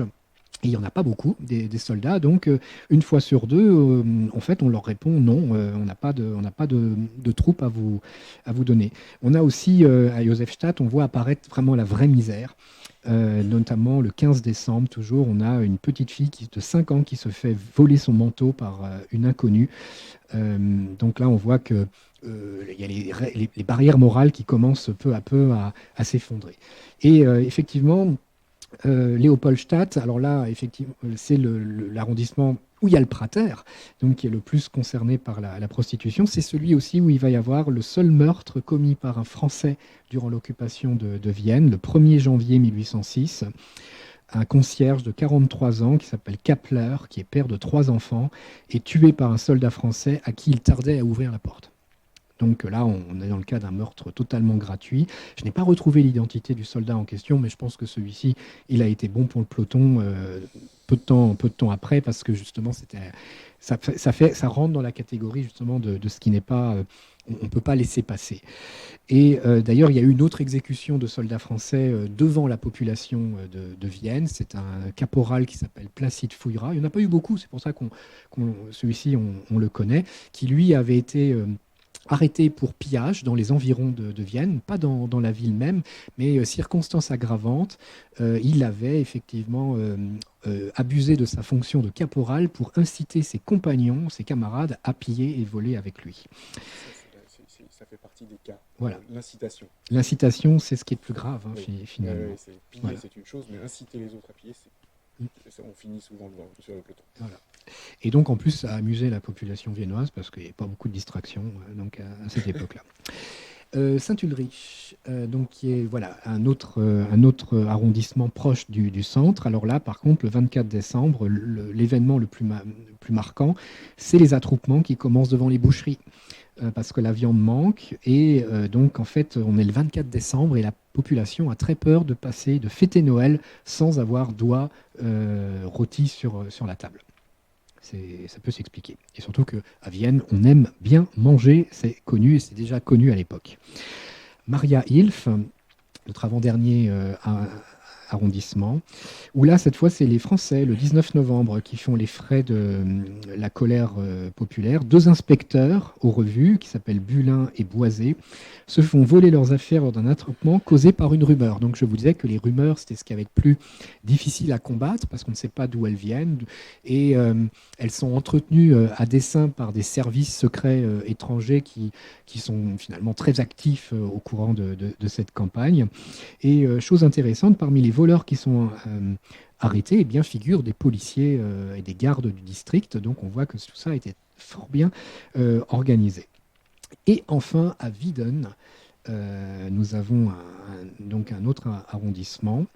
Je crois que j'ai dû oublier Landstrasse qui est le suivant aussi. Voilà. Mais à Wieden, voilà, Landstrasse, c'est le dernier. Je n'aurai pas de petite anecdote, mais à Wieden, pour vous dire que le fait le plus grave qui a été répertorié s'est déroulé le 28 novembre, où nous avons une servante qui a été présentée à la municipalité pour avoir quitté son service plus tôt que prévu. Donc, en fait, c'est très intéressant parce qu'on voit qu'en cette période d'occupation, on ne laisse mais rien passer, y compris chez les domestiques, y compris donc chez les classes populaires. Il ne s'agirait surtout pas de donner le mauvais exemple. On est dans le cadre quand même d'un régime ultra-conservateur, hein, la monarchie autrichienne. Et effectivement, ce genre de cas sont traités avec une sévérité qui d'habitude déférée devant la municipalité, ce sont d'abord et avant tout les prostituées. On se demande ce qu'une servante qui avait pris une demi-heure pour partir, plutôt, elle a dû se demander ce qu'elle faisait là, mais il y avait des circonstances, là aussi, aggravantes du fait de l'occupation, certainement, même si ce n'est pas dit. Donc, les rapports de police ont été extrêmement bien tenus, parce que la police viennoise, c'est pas une légende, est un service extrêmement bien organisé. Et d'ailleurs, une petite anecdote intéressante, lorsque les Français arrivent à Vienne le 15 novembre 1805, le général Clark, qui est le responsable de la Basse-Autriche et de Vienne pour le gouvernement, toutes les affaires civiles, administratives, hors gouvernement militaire de Vienne proprement dit, qui est confié au général Hulin. Général Clark demande un rapport sur les forces de police qui sont restées pour pouvoir maintenir l'ordre dans la ville. Et donc il reçoit un rapport très circonstancié sur comment effectivement est organisée la police viennoise. Et puis il pose la question toute bête, mais vos informateurs, combien vous les payez? Et le commissaire viennois lui répond, mais rien. Ici, les gens sont contents de donner des informations gratuitement. Alors qu'à Paris, on sait que c'est un budget énorme. Les informateurs, on les paye notamment sur le budget des jeux. C'est une caisse que Fouché entretient, justement. Les taxes sur les cercles de jeux de Paris servent en partie à rémunérer les informateurs. Là, ils arrivent à Vienne, on va leur dire non, ça ne vous coûte rien, les gens vont vous dénoncer gratuitement. Donc c'est quand même assez intéressant. Et donc, les rapports de police qui sont faits, évidemment, ne donnent les chiffres que je vous ai donnés sont des estimatifs, des projections par rapport certainement à des faits beaucoup plus nombreux qui n'ont pas été portés à la connaissance de la police viennoise, justement, sans doute à dessein. Par exemple, on peut s'étonner d'un nombre aussi faible de récalcitrants, de petits faits de résistance au quotidien. Les quelques rares cas qu'on a, c'est des gens qui ont un peu bu et qui vont insulter une sentinelle française dans la rue. On les embarque, on leur passe un savon et ça s'arrête là. Je crois que le fait de résistance le plus violent, c'est quelqu'un qui lance une fusée d'artifice sur une caserne où logent des soldats français. Donc on est très très loin effectivement d'une résistance organisée. C'est pas le cas dans les campagnes aux alentours où c'est beaucoup plus violent, où vous avez des paysans qui s'arment, qui font la chasse aux traînards. Vous avez des soldats français qui se font massacrer dans leur sommeil par des paysans qui sont en train finalement de s'organiser. Et Napoléon d'ailleurs intervient pour dire qu'il ne veut pas de petite Vendée, c'est le terme qui est utilisé à l'époque, on ne veut pas de petite Vendée dans les campagnes. Et il faut dire que les campagnes alimentent en effet beaucoup aussi les rumeurs à Vienne. On se méfie des paysans à Vienne parce qu'on a peur qu'ils ne viennent plus apporter aussi le ravitaillement dont on a besoin. Et surtout, ces paysans, eux, n'ont pas envie d'aller à Vienne parce que beaucoup d'entre eux se font réquisitionner leurs charrettes et leurs chevaux par l'armée française. Et une fois que c'est fait, il n'y a aucune possibilité de les revoir. Mais j'ai quand même retrouvé des éléments assez intéressants qui sont arrivés jusque sur le bureau de Berthier, le major général de la Grande Armée, où vous avez notamment des aristocrates autrichiennes qui réclament la restitution de leurs voitures qui ont été prises. On a des cas aussi d'une veuve dont le général ou un colonel qui est logé chez elle exige un dîner à plusieurs services, alors qu'elle n'en a pas les moyens. Et donc, elle va aller voir directement le général Hulin en lui expliquant la chose. Et Hulin écrit à destination du colonel en question, vous aurez le droit à un potage, une viande, et c'est tout. Voilà. Donc, on voit aussi que finalement, ça n'a pas été une occupation aussi violente que cela puisse paraître. On pourrait, par exemple, comparer avec une ville comme Naples, où le nombre d'exécutions de civils est énorme. À Vienne, les rares civils qui ont été condamnés à mort par une commission spéciales françaises ont réussi à être graciées grâce justement à l'intervention des autorités. On a fait beaucoup de représentations, de pétitions jusqu'à Napoléon. Et heureusement d'ailleurs, la bataille d'Austerlitz a permis de gracier un certain nombre de personnes.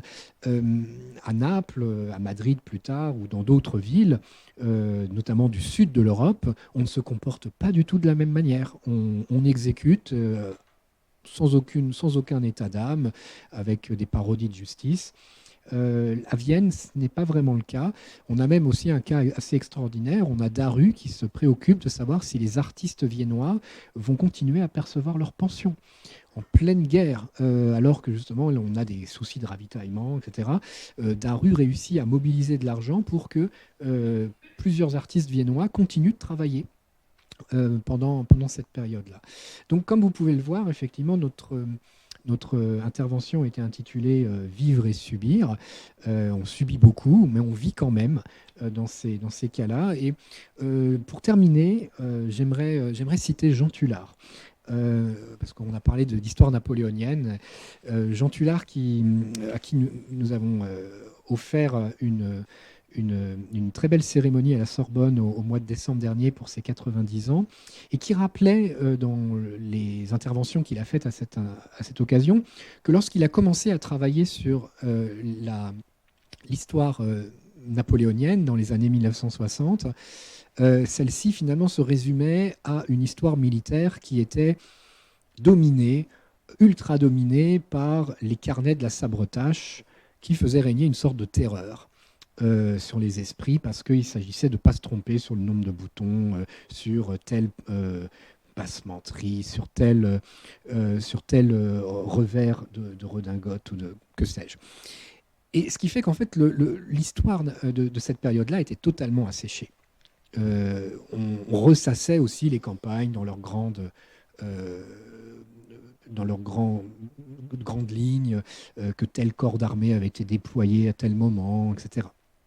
Finalement, on se préoccupait très peu du quotidien du soldat, des rapports qu'il pouvait avoir effectivement entre sexes, les questions effectivement culturelles, les modes de représentation, et puis de l'autre côté, comment perçoit-on l'arrivée effectivement des Français qui débarquent dans un pays étranger?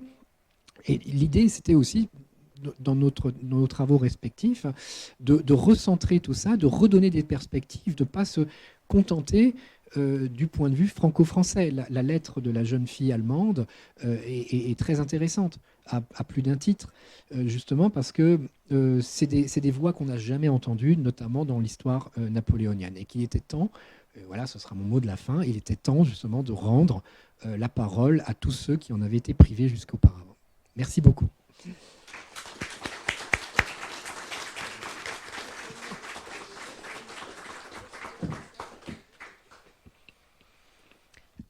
Alors, je sais qu'on a le droit à quelques questions. Voilà. Alors, il y en a déjà une. François Charles, merci. Je suis président de l'IRCE, on est un institut européen, on s'intéresse aussi à l'histoire. Et je voulais savoir si à Boulogne, est-ce que les 200 000 recrues étaient tous français, contrairement à l'épisode de la Russie. Et c'était intéressant parce qu'ils ont quand même été victorieux à Austerlitz, comme Napoléon l'a quasiment été aussi à Waterloo. Il s'en est fallu peu, avec des nouvelles recrues aussi. Et je voulais savoir aussi une ration, mais pour combien de temps? Vous aviez affiché, c'était pour combien de temps? Et puis enfin, pourquoi Vienne? Alors j'ai peut-être manqué un truc au début, mais pourquoi vous êtes intéressé à Vienne? Est-ce qu'il y a d'autres exemples caractéristiques que vous auriez pu prendre? Merci. Alors je vais commencer et puis après tu alors, à Boulogne, oui, ce sont pour l'essentiel des recrues françaises. Si on exclut évidemment les Italiens, les Suisses, les Belges. Mais, alors, hormis les Italiens qui combattent sous drapeau italien, Royaume d'Italie, mais directement sous la couronne, la deuxième couronne de Napoléon, il ne faut jamais l'oublier. En revanche, tout ce qui est belge, enfin tous les Belges, tous les hommes de la rive gauche du Rhin sont des Français. Ils sont considérés comme français, ils servent en tant que français et ils ne servent pas en tant que belges ou suisses d'ailleurs. On a aussi des Suisses qui viennent de la Confédération. Là, pareil, on va dire que ils servent sous drapeau suisse. Mais tous ceux qui servent en tant que belges et en tant que rive gauche du Rhin, eux sont considérés comme français. Même par exemple, si plus tard il y aura des gens qui viendront d'Erfurt, ils seront aussi considérés comme français parce que Erfurt est ville impériale, donc ils sont sujets à la conscription exactement de la même manière. C'est vrai que c'est pas du tout la même chose par rapport à 1812 où là on a les 20 nations, je crois que c'est ça, c'est 20 nations à chaque fois, je me trompe toujours, mais dans les 20 nations on compte aussi les Belges, les Suisses, les Catalans qui sont français à ce moment-là, une partie des Italiens qui sont français, les Illyriens, enfin bon, tous des gens qui combattent sous drapeau français et qui sont techniquement à ce moment-là de droit français. Donc voilà, ça c'est la première chose. La seconde, la ration, c'est la ration prétendument journalière. Voilà. Donc on est très très loin du compte. Cette ration en fait n'est distribuée que quand les soldats sont en cantonnement. En campagne, elle n'est quasiment jamais distribuée, il faut bien le dire. Ça a été tout un pan de mon travail en fait de voir, on va dire, qu'est-ce qui tient de la théorie et du réglementaire, puisque tout ça est écrit dans les règlements. Là, ce que je vous ai donné, c'est vraiment le règlement pur, et ce qui est de la réalité. Et c'est en fait tout un travail qui n'a jamais réellement été fait. Vincent parlait il y a quelques instants de ce retour sur l'histoire militaire. Ça dure depuis les années 70. C'est Jean-Paul Berthaud qui a initié le projet et ce qu'on appelle le renouveau de l'histoire bataille. Les anglo-saxons ont été beaucoup plus en pointe que nous, il a fallu attendre les années 90-2000 pour qu'on commence à regarder l'histoire militaire sous un autre angle. Et c'est vrai qu'il y a aussi des effets de génération qui font qu'il y a eu tout un renouvellement et des problématiques nouvelles qui se sont fait jour. Mais c'est vrai que la recherche française a été, on va dire, un peu plus poussive. Aujourd'hui, quand on parle à Alan Forrest, qui a été l'un des hommes en pointe des années 2000, il vous dit que la tendance a presque tendance à s'inverser. C'est-à-dire que désormais, les Français sont plus en pointe même si les anglo-saxons ont quand même eu quelques longueurs d'avance, mais sur toute une série de problématiques, notamment les rapports de genre ou les rapports avec les animaux. Ça, c'est des choses qui sont très vivaces en ce moment et où il y a beaucoup de travaux.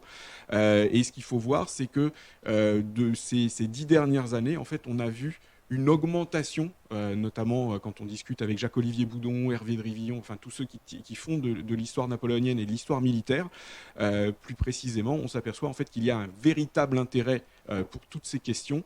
C'est évidemment lié aussi à la conflictualité qu'il y a depuis ces 10 dernières années, qui a fait que d'un seul coup, les étudiants aussi, et ce qui est intéressant aussi, c'est que ce n'est plus complètement masculin. Il y a aussi beaucoup de femmes qui désormais s'intéressent à toutes ces histoires-là. Et c'est vrai que ça entraîne un véritable renouvellement et il y a une vraie fulmination en histoire militaire en ce moment. Même des universités qui ne s'étaient jamais intéressées à l'histoire militaire, parce que dans les années 80-90, en fait, il n'y avait que Paris 1 qui s'occupait de l'histoire militaire, personne d'autre. Et maintenant, vous avez de l'histoire militaire quasiment sur toutes les universités. Donc on a un véritable renouvellement des questions et c'est ça qui est aussi complètement passionnant. Vienne, alors, pourquoi Vienne D'abord, une réponse simple, il n'y a quasiment rien sur la question. Vienne en 1805, l'historiographie, vous regardez, même l'historiographie autrichienne, il n'y a pas grand-chose sur la question. On se préoccupe beaucoup d'Austerlitz, on se préoccupe beaucoup de la bataille d'Ulm, de tout ce qui se passe pendant la campagne, aussi des aspects purement diplomatiques, avec Talleyrand, Stadion, Razumovsky, etc. Mais quand je suis arrivé sur ce projet en fait, j'espère pouvoir mener à bien un projet d'étude sur 4 villes occupées à l'époque de Napoléon. Le premier, effectivement, c'est Vienne. La deuxième, c'est Naples. La troisième, Madrid. La quatrième, j'ai encore un petit doute sur son identité. Mais effectivement, la première chose qui m'a surpris, c'est qu'il n'y avait pas grand-chose. Et il n'y a pas grand-chose sur François II d'Autriche non plus. Vous cherchez une biographie française, ça n'existe pas. Il y en a quelques-unes en langue allemande.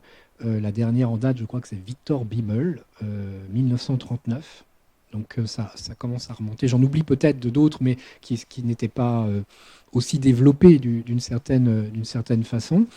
Donc j'ai trouvé que c'était un sujet complètement neuf. Et puis comme chartiste, justement, on aime bien ce qui est neuf, aller à la chasse aux archives.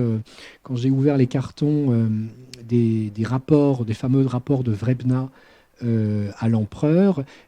Comme les archives autrichiennes sont extrêmement bien tenues, il y a toujours les petits papiers des personnes qui les ont consultés avant vous. Vous avez le nom. J'ai regardé, le dernier Français à les avoir consultés, c'était en 1890. Bon. Je me suis dit qu'entre-temps, il y avait prescription, que je pouvais moi aussi aller y jeter un œil sans risquer de plagier quiconque, ce que je n'ai pas fait. Donc voilà, c'était ça qui était intéressant, c'est que là, on est sur un domaine c'est incroyable. Oui, c'est incroyable, mais effectivement, Austerlitz a cannibalisé grande partie de l'histoire. Mais c'est exactement la même chose pour l'histoire des soldats pendant cette campagne et même pour Napoléon. Même pour Napoléon, j'ai découvert 2 entretiens totalement inconnus qu'il avait donnés aux représentants autrichiens. Aucun historien français n'avait eu l'idée d'aller regarder ce que les Autrichiens avaient écrit de leur côté. Évidemment, parfois c'est écrit en gothique, c'est un peu embêtant. Mais donc là, on avait la voix de Napoléon qui disait ce qu'il pensait sur Joseph II, sur François II, qui insulte la moitié de la cour d'Autriche, la cour de Russie, etc. C'est très intéressant parce qu'on le voit finalement en pleine représentation théâtrale. Parce qu'il adore se mettre en scène, Napoléon, et surtout quand il reçoit des personnes importantes. Il les reçoit à Schönbrunn, dans les cabinets de l'empereur d'Autriche. Donc ils sont un peu intimidés de le voir, il les fait mettre en rang, un peu comme à la parade, et puis ensuite, après, chacun a le droit à 5 minutes d'entretien express. Et c'est là que Zinzendorf écrit d'ailleurs « Cet homme parle trop », parce que finalement, ils comprennent un peu ce qu'il entend faire dans les mois qui suivent. Donc non, je ne regrette pas du tout ce sujet, ça je peux le dire, et j'espère justement continuer. Le volume sur Naples est déjà prêt, il devrait paraître en principe l'année prochaine, si tout va bien. D'ailleurs, j'y retourne dans quelques jours justement pour préparer la suite. Parce que l'idée, c'est de décaler les points de vue, montrer aussi cette histoire qui est une histoire française, mais qui a été vécue à d'autres niveaux, par d'autres personnes qui ne parlaient pas le français nécessairement.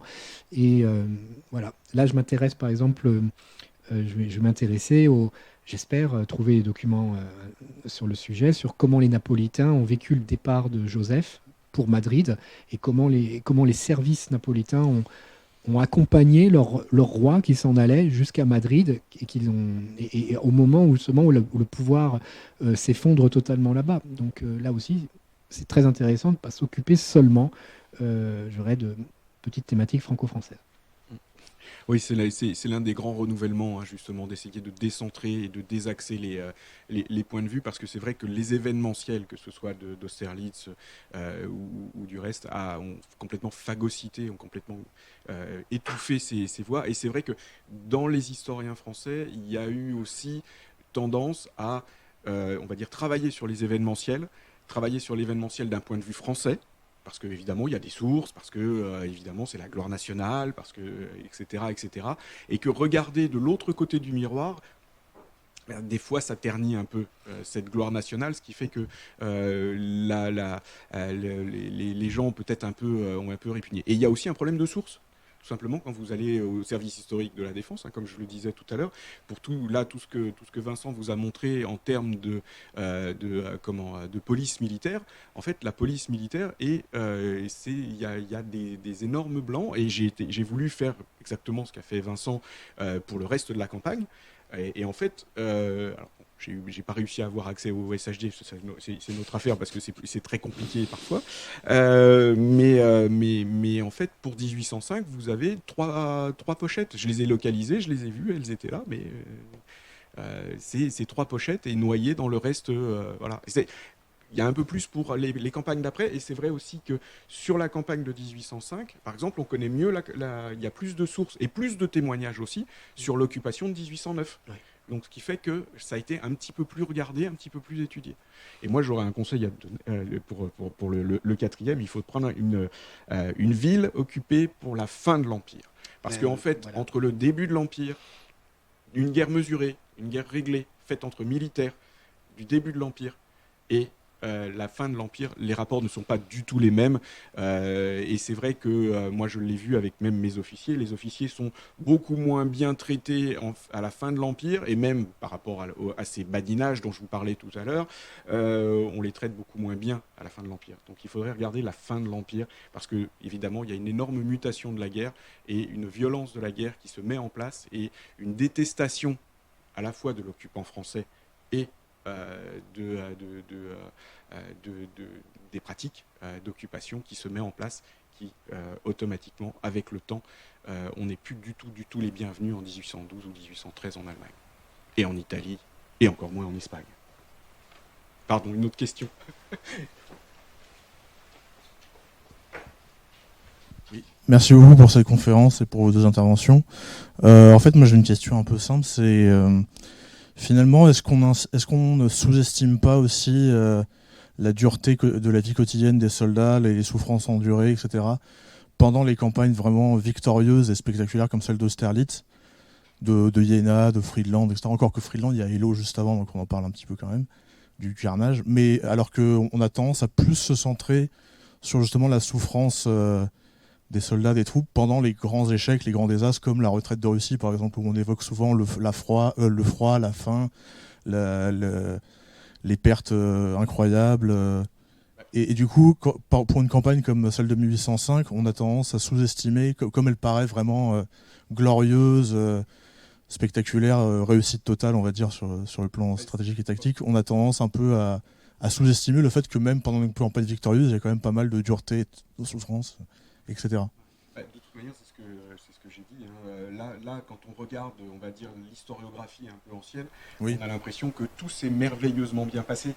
que la projection sur le Rhin, tout le monde était content. Quand j'avais regardé justement cette projection entre le camp de Boulogne et le Rhin, tout le monde dit que tout s'est super bien passé. Bah oui, mais il y a quand même eu pas mal de frictions avec même les populations françaises, parce que justement, voir d'un seul coup, même si le système des corps d'armée permet de répartir, on va dire, les contraintes et les efforts sur un territoire, il y a quand même des réticences, et à chaque fois, eh bien, il faut quand même faire en sorte que tout se passe bien. C'est là où derrière, en fait, là, il y a des bons de logement, il y a des remboursements, il y a des systèmes qui sont mis en place, et des systèmes qui datent quasiment du milieu du XVIIe siècle. Hein.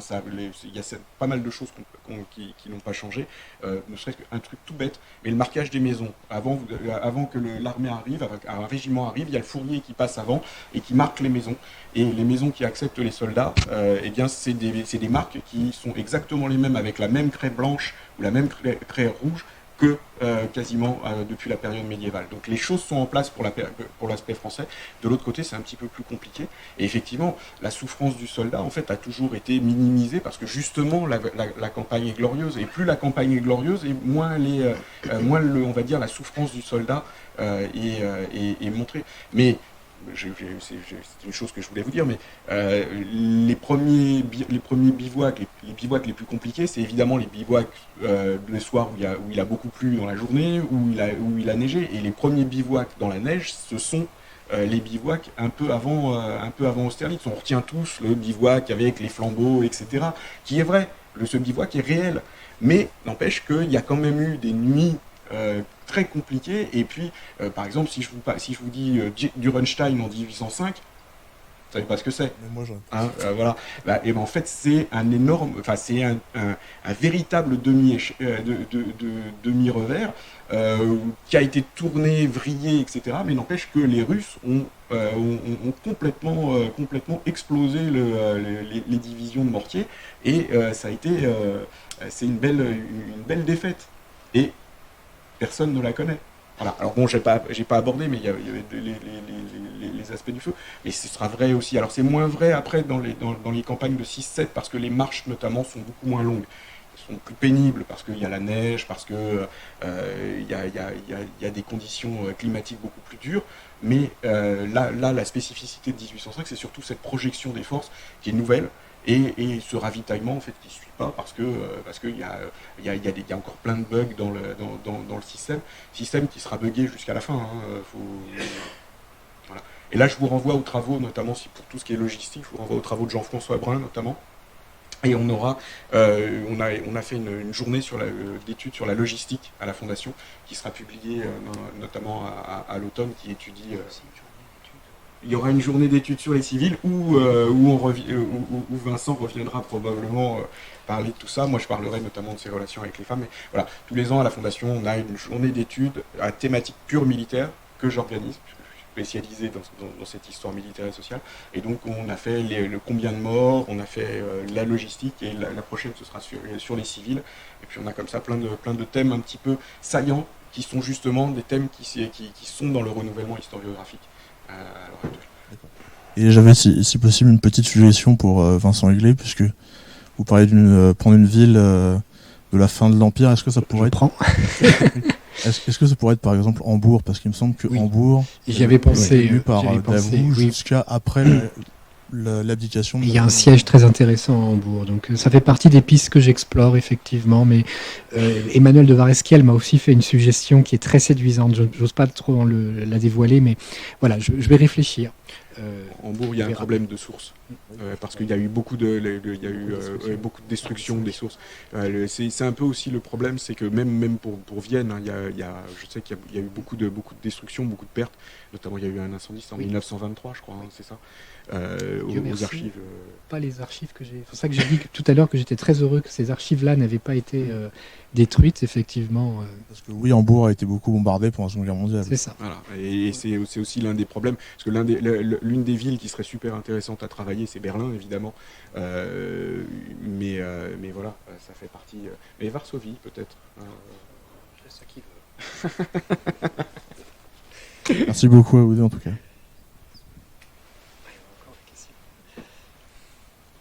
En général, on dit qu'une troupe fait 50 km par jour en campagne. Est-ce que c'était le rythme qu'avait la Grande Armée de Boulogne à Ulm puis Austerlitz? Alors, ça va être très court, c'est très variable. Vous pouvez avoir des étapes de 12 km, très court, et puis vous pouvez avoir des étapes effectivement jusqu'à 40 km, qui est le grand maximum de ce qu'on peut faire en règle générale, puisque une troupe à pied se déplace à 3-4 km par heure, pas plus, et les marches sont rarement plus de 10 heures. Il n'y a que la marche de Davout pour arriver à Austerlitz, qui est un exploit olympique, digne des Thermopyles, hein, et de marathon, parce que là vraiment on a quelque chose mais c'est vraiment exceptionnel pour le coup là, cette marche, parce que généralement tout est très très borné en fait, pour éviter justement, parce que ce qu'on veut pas c'est éroder la ressource en hommes et la ressource voilà, la ressource tout simplement, pardon. Bon, alors une première question à laquelle je n'avais pas pensé, mais est-ce qu'il y a des archives qui auraient été piquées par les Russes, enfin des archives relatives à cette période, qui auraient été piquées par les Russes et encore là-bas? Alors je sais qu'avant la guerre d'Ukraine, il y avait eu un début de coopération entre les bibliothèques, les archives, etc. Et ma question, bon, c'est pas la période sur laquelle j'ai eu le plus de connaissances. Est-ce qu'il y avait des aumôniers et est-ce qu'on a des écrits d'aumôniers? Alors, pour la question des archives qui auraient été emmenées en Russie, donc j'ai eu la chance de participer aux premières missions qui avaient été faites à l'école des Chartes, justement dans les années 2003-2004 à Moscou, pour identifier les fonds intéressants l'histoire de France, voire des fonds français qui pourraient s'y retrouver. Alors pour la campagne de 1805, je peux déjà répondre non. Il y a des excellentes archives russes, mais produites par les Russes évidemment sur le conflit, et on a aussi un grand nombre de documents interceptés par l'armée russe pendant la guerre, et ce qui est une bonne guerre qui les ait gardés, et normal. Voilà, c'est tout ce que je peux répondre à...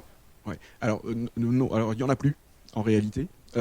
Parce que notamment il y a énormément de choses qui ont été restituées justement avant la guerre d'Ukraine. C'est arrivé, ça a beaucoup occupé le service historique de la défense, parce que c'est le service historique de la défense qui a été destinataire de nombre de retours d'archives.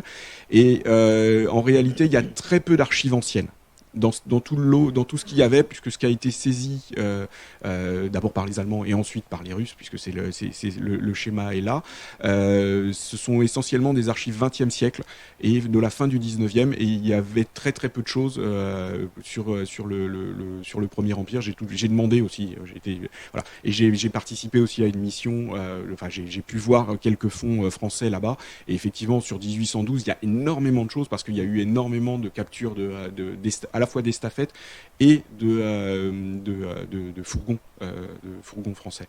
Et alors pour l'aumônier, en fait non. Alors ce qu'il faut savoir, c'est que les aumôniers ont été abolis par la Révolution, et ils ne seront pas rétablis par Napoléon.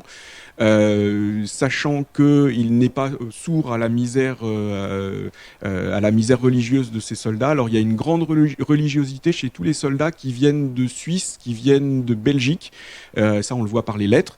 Les conscrits français ont une religiosité un petit peu plus distante, mais ils l'ont également. La déchristianisation n'a pas du tout été totale comme on l'a longtemps lu, parce qu'en fait c'était basé sur les mémoires, et dans les mémoires on avait des soldats qui avaient à la fois aimé leur passage dans l'armée, et qui, eux, souvent, avaient subi cette déchristianisation, et qui portaient cette déchristianisation. Et les soldats français vont partir quantité avec des indulgences, des scapulaires, enfin bon, plein de gris-gris dans les poches. Et on va retrouver à Vilnius, par exemple, quand il y a eu les fouilles de Vilnius, on a retrouvé des chapelets, on a retrouvé... Donc il y a une religiosité, il n'y a pas d'aumônier. Napoléon va nommer des aumôniers de manière extrêmement ponctuelle, et notamment pour un régiment qui est le régiment de Walcheren, qui est un régiment de conscrits réfractaires qui va très mal vivre, qui va être enfermé, qui va avoir des conditions carcérales, quasi carcérales, parce qu'on veut les faire rentrer dans le rang, tout simplement. Ça va être très très dur entre 1811 et 1813. Et là, on va avoir une forte érosion du contingent en quelques mois. Hein. Ça tombe très très vite, les taux de pertes sont absolument phénoménaux, pardon. Et là, Napoléon va autoriser un aumônier. Vous allez aussi avoir un aumônier chez les Mamelouks, qui sont basés à Melun. Là, vous allez avoir des aumôniers parce qu'ils sont venus avec leurs aumôniers, donc on leur a laissé. Mais sinon, dans l'armée française, il n'y a pas d'aumônier. Napoléon ne les... D'abord, en plus, il y a une petite citation du mémorial qui est assez intéressante. Il dit qu'il n'aime pas les chrétiens sur un champ de bataille parce que les chrétiens ont trop peur de mourir. Parce que l'arrivée au paradis est trop compliquée, en fait. Voilà. Donc ça fait partie. Et il y a une religiosité, il y a tout un catéchisme qui se fait à travers le jeu de cartes que j'ai trouvé à la fois publié, j'avais trouvé ça à Marmottan, tout un jeu de cartes, et je l'ai retrouvé dans les sources, tout un témoignage qui explique comment, avec le jeu de cartes, il fait ses prières, et le type d'ailleurs va avoir des problèmes de discipline, il va passer devant son colonel, enfin bon, voilà. Donc il y a une religiosité qui doit être privée à l'armée et qui n'est pas du tout assumée de manière officielle. Une dernière question pour... Oui. Alors, je vous remercie pour votre conférence. Je voulais justement abonder dans votre sens les dernières fouilles archéologiques qui se déroulent à Boulogne. La dernière campagne là a justement fait découvrir dans les cantonnements énormément d'objets religieux et d'amulettes. Oui, ce sont les fouilles de Frédéric Lemaire. C'est ça. C'est sur le camp de Boulogne. Frédéric Lemaire est un ami et je pars avec lui à Cabrera. Donc, Et ma deuxième question, quid d'Andreas Saufer? On n'en a pas parlé parce que c'est trop tôt. Oui. Voilà. Alors, vous avez parlé de résistance. Oui. Est-ce qu'on peut considérer que c'était un oui, totalement. Mais là, on est vraiment dans le cadre de la campagne de 1809, qui malheureusement n'était pas notre sujet de ce soir. Donc, Andreas Saufer, je n'en ai pas parlé. Mais oui, effectivement, on peut le considérer comme résistant. Je crois qu'il y avait une toute dernière question. Une toute dernière question. Et après, on vous libère. Oui, c'était une question à propos de l'occupation de Vienne, plus précisément. Vous nous avez parlé des arrondissements, des faubourgs et à la fin un peu des campagnes. Et donc du coup je me demandais jusqu'où s'étend le ressort de la garde bourgeoise et des rapports de police que vous avez consultés. Ça s'arrête où exactement l'arrière pays viennois, si j'ose dire? C'est une très bonne question. En fait, le ressort de la garde bourgeoise, c'est vraiment Vienne dans son centre et ses faubourgs. Et dès qu'on quitte la périphérie de la ville, il n'y a plus de gardes bourgeoises qui tiennent. Ce sont les milices rurales qui prennent lorsqu'elles sont organisées.